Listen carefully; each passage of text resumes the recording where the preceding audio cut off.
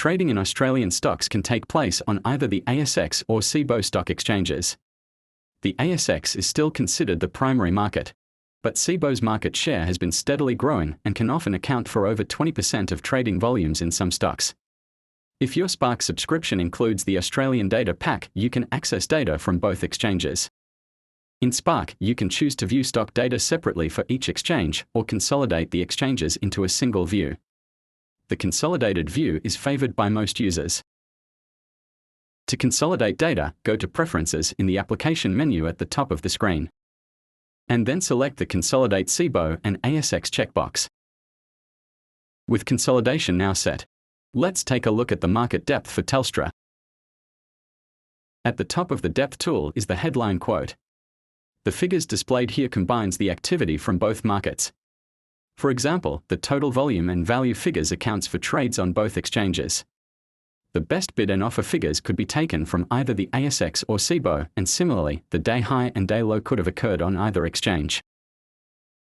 When you hover over the depth cues, the individual orders at that price break display.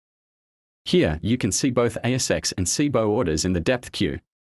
The Cboe orders are identified by the CXA tag in the market column. Even when Spark is in consolidated mode, you can still choose to view information for a single exchange. Here's how. Right-click or use Ctrl+P to access the tool controls. Now go to the Select section and choose which exchanges to show. If you deselect Cboe, the tool will update to only show data for the ASX exchange. You can immediately see the impact of this because all the depth bars shrink, since the Cboe orders are now excluded. If you select Cboe and deselect ASX, the tool will update to only display depth data for the Cboe exchange. In consolidated mode, when you view data for a single exchange, a pink tag will appear in the top right-hand corner. This highlights that the tool is only displaying data for just the one exchange. It's important to note that the headline quote data remains consolidated, but the tool only shows data for the selected exchanges. Shortcut keys can also be used to quickly switch between exchanges. Typing .A will change the tool to display data just for the ASX. .C will display data for Cboe. And typing .. will revert the tool back to display data in a consolidated view. This works in all stock tools. Let's change this panel to show trades by using the shortcut key T. .C will restrict the tool to show only Cboe trades. .A just the ASX. And ... returns you back to the consolidated view. If you disable consolidation, Spark treats the same stock listed on each exchange as separate entities. Let me show you what I mean by turning consolidation off in the preferences. So here is the market depth for Telstra. I'm going to split this window into two, and then set the bottom window to display Telstra on the Cboe exchange. I can do this quickly by typing .c.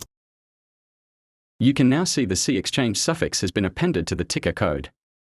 This indicates the data displayed in the tool is for Telstra on the Cboe exchange.